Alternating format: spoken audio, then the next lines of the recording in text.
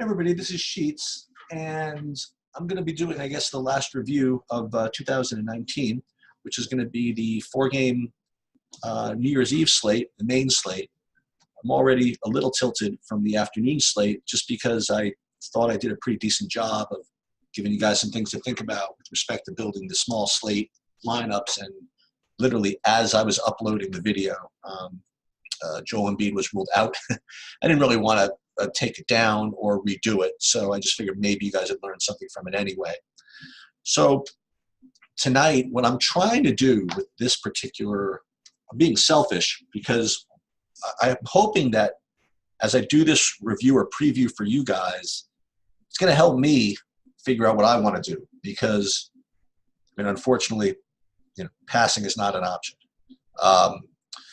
And again, we're going to try to continue to go through the process of how I would go about analyzing the slate and see if we can't figure out some way to take advantage of it. Because at first glance, it does look like a lot of the obvious type plays are going to be kind of chalky. And there are some spots that are just going to require a lot of guesswork. Guesswork could be, DFS speak for, play, carload of lineups to get it right. But I'm not going to do that. I'm not going to play that many lineups anyway. So let's see if we can make heads or tails of this doing the same process that I always undergo when I'm doing these NBA slates. So the first thing I would do is I would try to find games, again, which have close spreads, which have well-projected players on both sides. And if there could be low owned, that'd be great too. And again, as we move away from that nirvana, we got to figure out how high owned we could have players that fit that build, or how non-correlated some of the players can be if they're going to be low owned, and things like that. So we start with hoping for a perfect build, and then we just kind of see what the slate gives us. So again, just kind of at random, let's pick the fourth game first to look through. So Dallas, Oklahoma City is one of, actually, I think all three of these games are going to be close to 220-point totals. And it's one of two games that rate to be on the close side. Not the other two rate to be blowouts per se, but one of two games that do rate to be close games. So I'm hoping that we can find good plays from this game. So from the Oklahoma City side first, I'm really looking at just maybe 2.5 plays right now that look even decent. The reason why I say right now is Dennis Schroeder is considered questionable. And if he gets ruled out, then you have to look at other guys like Terrence Ferguson, Abdul Nader, Darius Baisley, guys like that. But assuming him in for now, again, the only two guys that look even decent are going to be Chris Paul and Steven Adams. And the thing is that these guys are not real high. Not Chris Paul. Chris Paul's been having some really, really good games recently.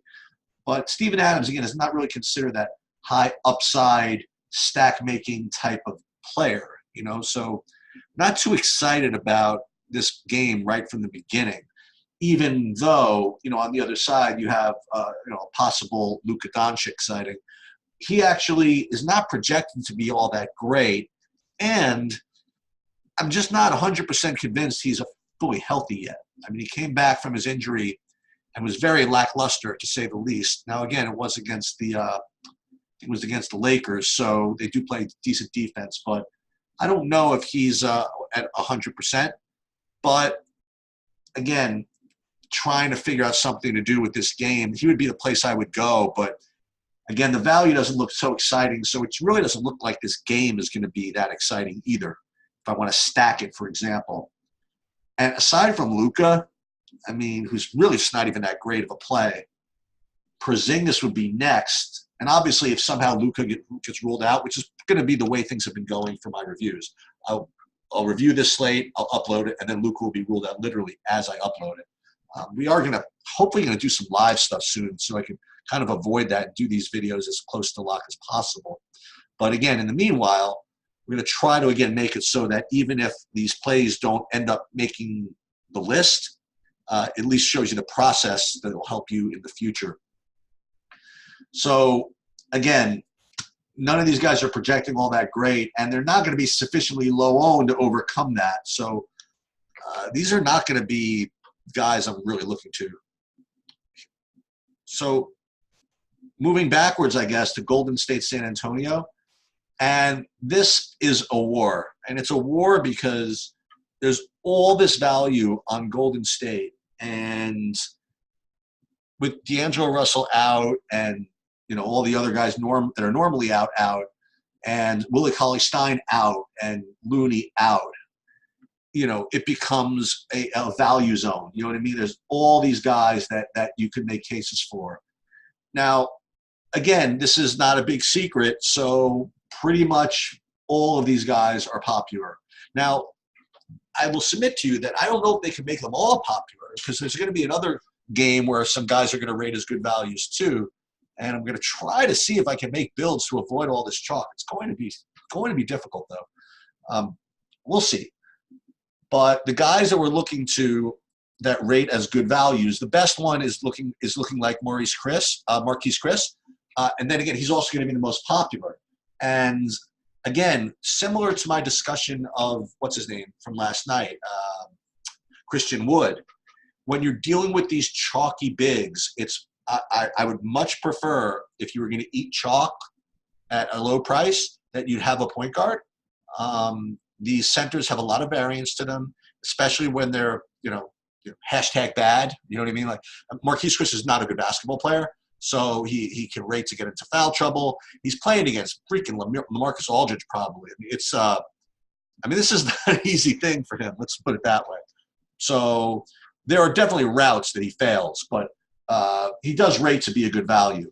And then all these other guys, Draymond Green, Alec Burks, where's Damian Lee, Kai Bowman at 3,100, assuming he plays.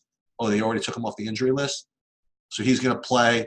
If he starts at 3,100, see, I much prefer him than Marquise Chris if I had to choose between two chalky guys, just because he's just going to have the ball in his hands all the time. And he can manage his foul risk. It's just different. It's a different situation.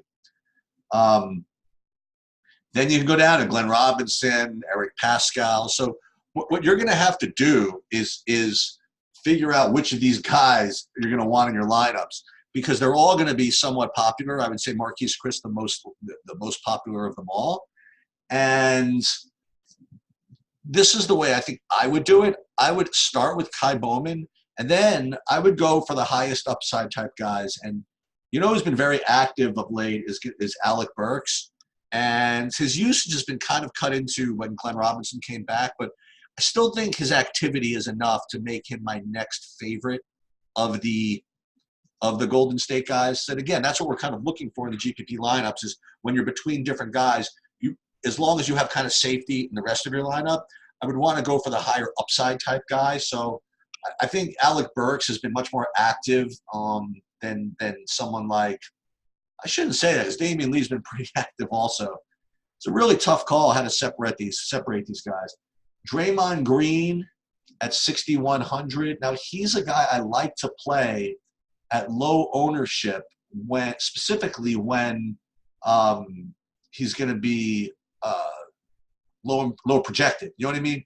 I shouldn't say I prefer him to be low projected, but when he's not projected well, that's when he ends up, being lower owned. So as we've discussed with him on several occasions, he's just a guy whose median projection is something I'm really not as interested in as the upper end of his projections. And he's looking at 30% ownership right now. So, when I look at this, I see Marquise Chris at 50%, Kai Bowman at 35%, Damian Lee only 22, Burks 25 maybe. I guess if you want to go off the board, if he's playing Eric Pascal, he's got a ceiling, and he's going to probably be the lowest owned of all of them.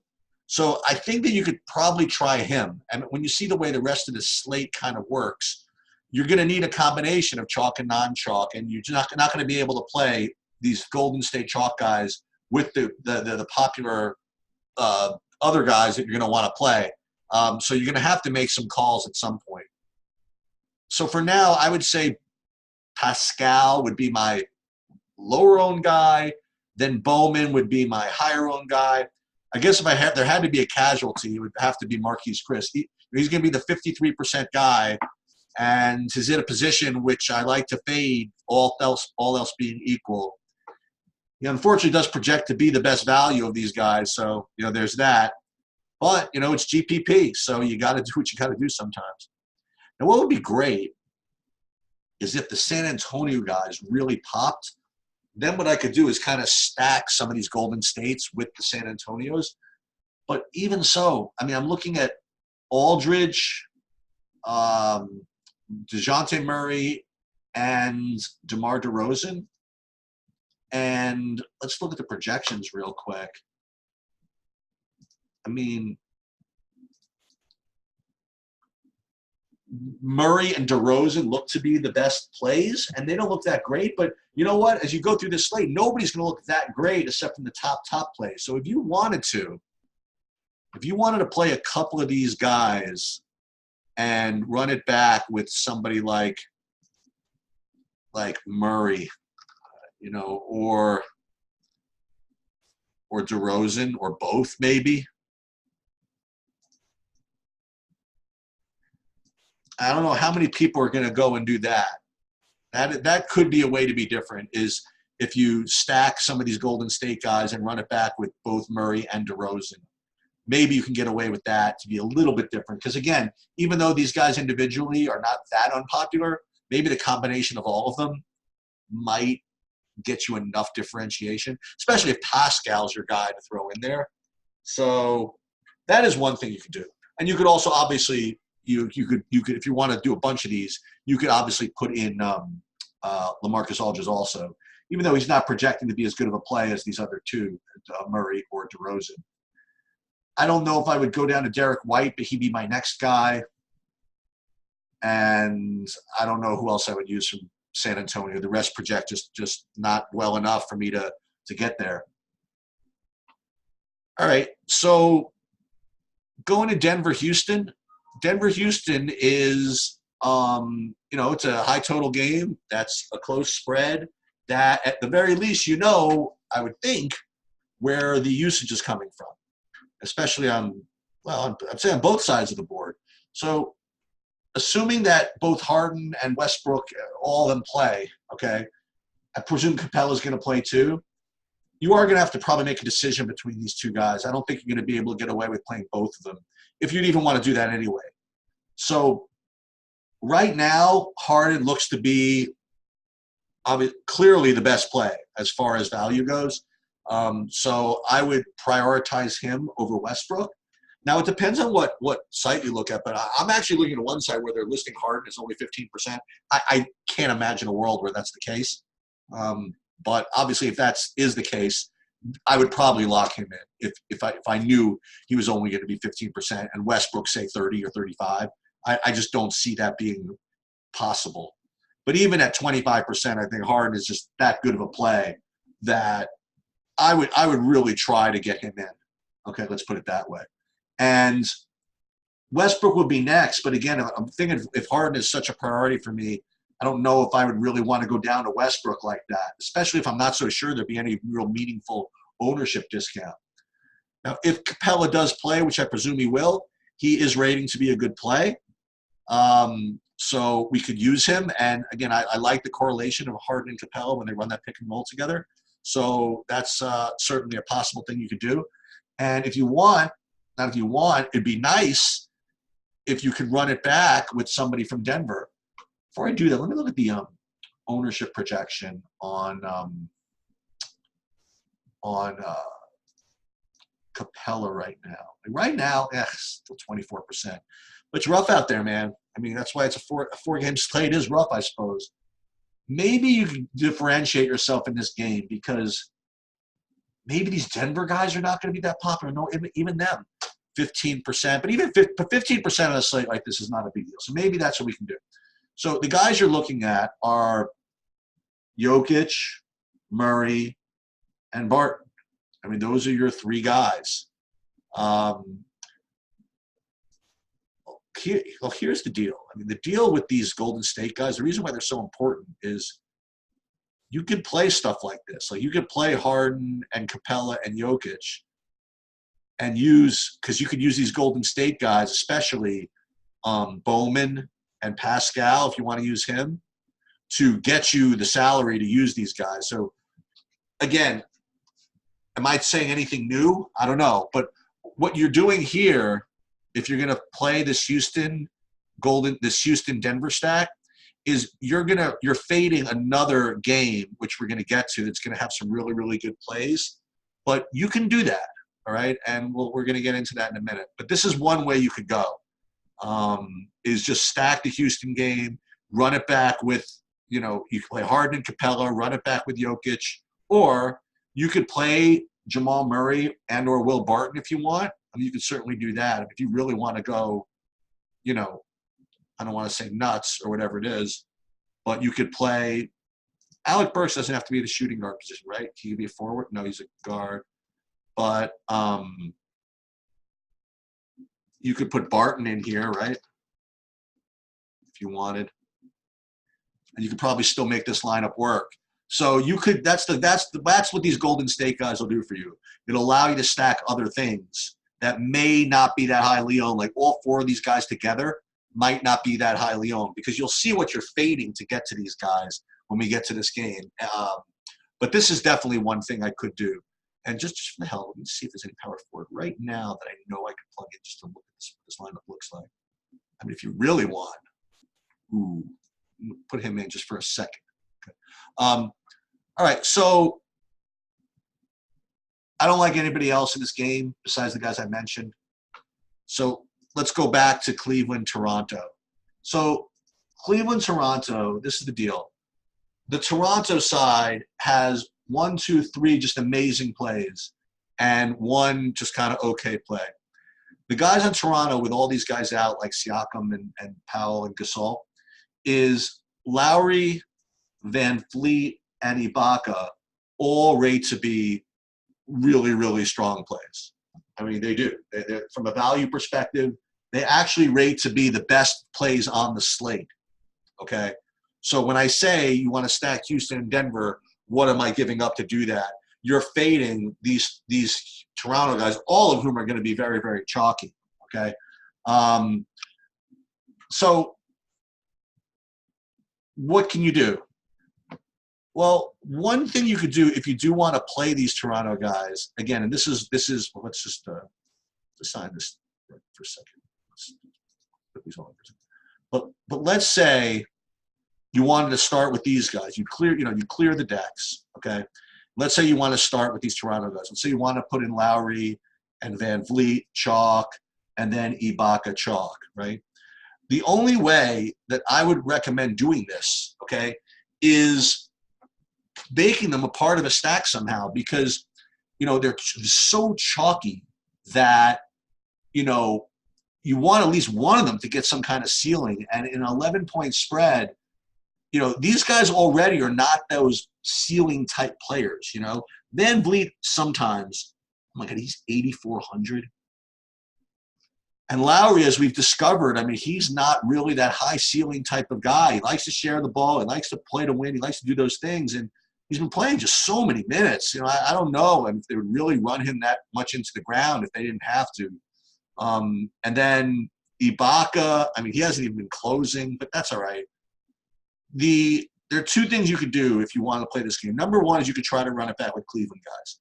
And if you wanted to do that, by the way, the other Toronto guy I said that was not as good as the other ones is OG Anunoby. If you wanted to play him, he's okay. But if you could run it back with the Cleveland's guys, somehow they could keep this game close somehow. So the guys you would use, now I warn you, all these guys project like crap, all right? But you could use Kevin Love if you wanted to. Now, again, having those Golden State guys make all this work. You can use what other guys? Tristan Thompson.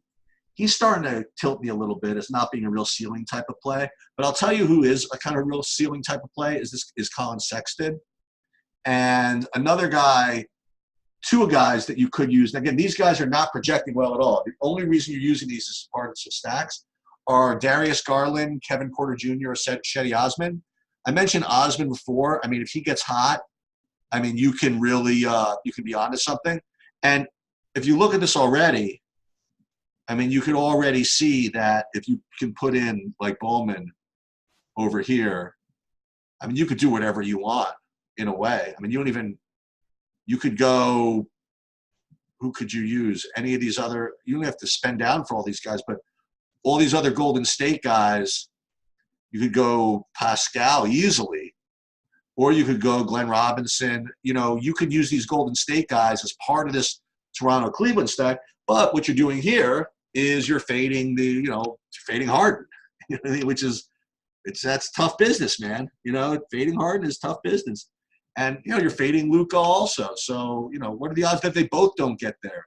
What are the odds you get enough out of a Toronto-Cleveland stack to offset either Luka or Westbrook going off? So this becomes very, very difficult to do. I have another idea for Toronto if you want. And again, you don't have to do this. But if you want, again, just a high upside type of play, again, you can go right back to Boucher.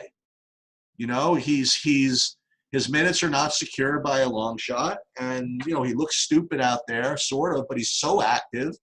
And God forbid this is a blowout, he gets all that run, man, and he makes the most out of every possession, and he is just kind of becoming like one of the ultimate GPP type plays, you know. Because he's got a 37, but then he's got some 15s. He's got a 41, and he's got a 10, you know. If this guy were chalk, like I said, he wouldn't be the kind of guy I would go to. That's not a position I usually like to play these chalks. But as a GPP flyer, I mean, if you want to get away from Ibaka, for example, you know, you could put Boucher in over here and maybe only play one of these guys. Maybe – and – between Lowry and Van Vliet, which do I prefer? I mean, they're both pretty much the same. They're both going to be highly owned. So if you want, you could, since you have one off kind of wild guy here, you could play kind of a safe Lowry, you know? And maybe that's the way you can get your Toronto exposure. And that's, you know, it's definitely going to be different. I don't think anybody's going to play Boucher tonight. You want to know why? Because you probably shouldn't. I mean, you know, a really good chance to get, you know, 20 minutes and get 16 fantasy points or something like that. It's very possible. But on a 4-game slate, you are going to have to, you know, make some concessions somewhere. So what's my favorite so far of what I've kind of looked at? You know, so far, again, I just did the same process I always did. You know, like, is there a game that I could kind of stack and, you know, make that work? And the thing is that this Golden State value exists, and it allows you to do stuff like this. Like I could stack this Houston game and just throw in these Golden State guys. I'm fading Chris, so that's good news, right? And I'm putting some low-owned guys in here to make this kind of high point stack and high-priced point stack kind of work, you know? So that could be one, and that is going to be one of my builds. I think I'm going to have 2 main builds, and I'll show you what I'm going to play. Like, for example, so probably like tonight, what I'm going to do, like you look at my entries. So I'm going to play 2 entries in a spin move, and then I'm going to enter all those into the I'm going to enter those main lineups into the single entry. And then I'm going to diversify into the lottery, right, into the decade ender, and, you know, become a little more, I don't say a little more off the board, but even more off the board, and just kind of diversify, making sure I have some combination of low-owned and high-owned guys in there. So I think this is, you know, while it's certainly not a great slate, so to speak, I think that in looking through it with you guys, I am kind of turned on to a couple of ways to approach it. Let's try this. You want to try this? I got a couple of minutes. So let's see what else I could do. So that was one idea, is to do this, the Golden State stack side. So again, what I'm going to do is I'm going to do a completely different build, right? With the other idea that I had, which was doing the Toronto with some Clevelands. So let's say that I went with Lowry, and let's say I went, let's start with the Cleveland guys. Let's say I ran it back with somebody like Love, who makes a lot of sense. And let's get a high upside guy in there who's going to have the ball in his hands like Sexton. Okay. So we'll put him as the other guy. And do I need another Toronto guy, or can I make kind of a mini stack? Can I make this kind of work? So like have Lowry with Sexton and Love, and don't have anybody else in Toronto. That is one way I can do this, because this is already, the combination of these three guys is sort of low owned. So then what I can do is go back to that San Antonio idea, right, of taking DeJounte Murray, somebody like that, and let's put a guy who I know is going to really just kind of get after it, him, and then we can run it back with some of these Golden State guys. Maybe we can keep this game close. So in this build, I probably want to put in someone like Draymond Green, you know. But I still think that I want to go to Bowman in pretty much, I almost want to lock him in, you know, in almost all variations. So if I put in, for example, well, I'm going to be able to do all kinds of stuff. So if I put in Bowman over here, can I get up to one of these? Yeah, I can get up to Alec Burks like easily. Well, I have to figure out, well, what Alec Burks would be, a point guard, shooting guard. So I wonder if we can play around with this a little bit.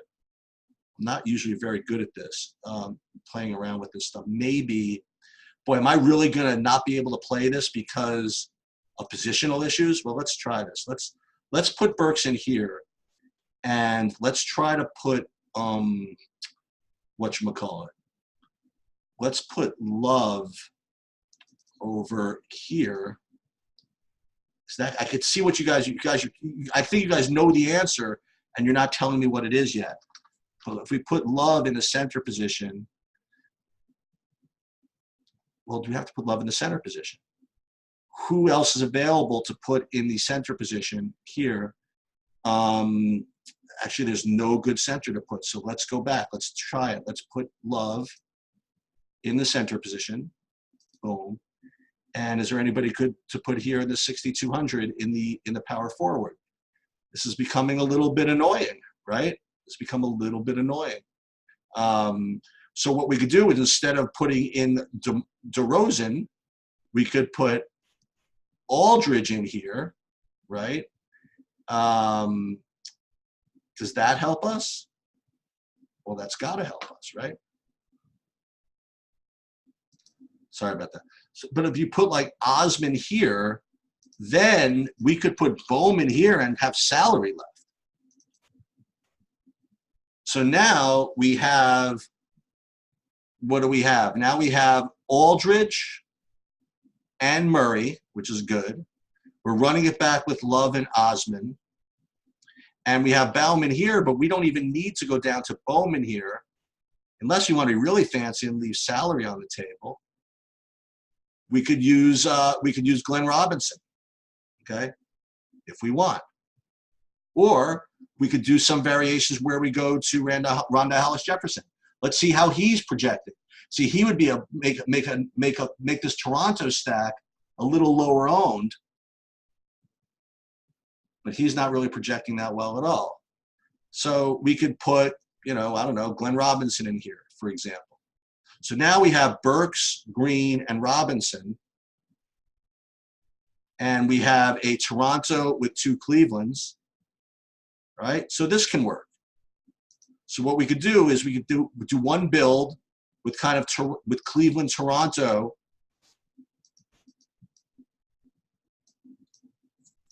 4, 5, and then we go 6. How many did I say I was doing?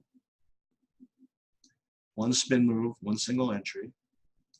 we'll do this.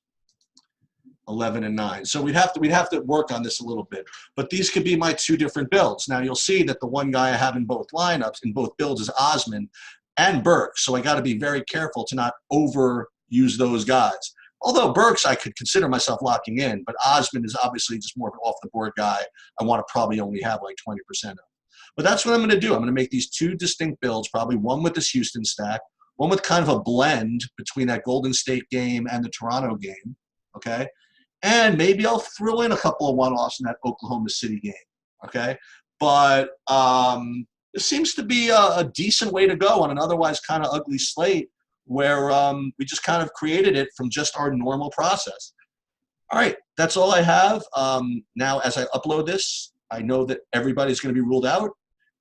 But until then, hope you got something out of this. I hope you've been getting something out of all these.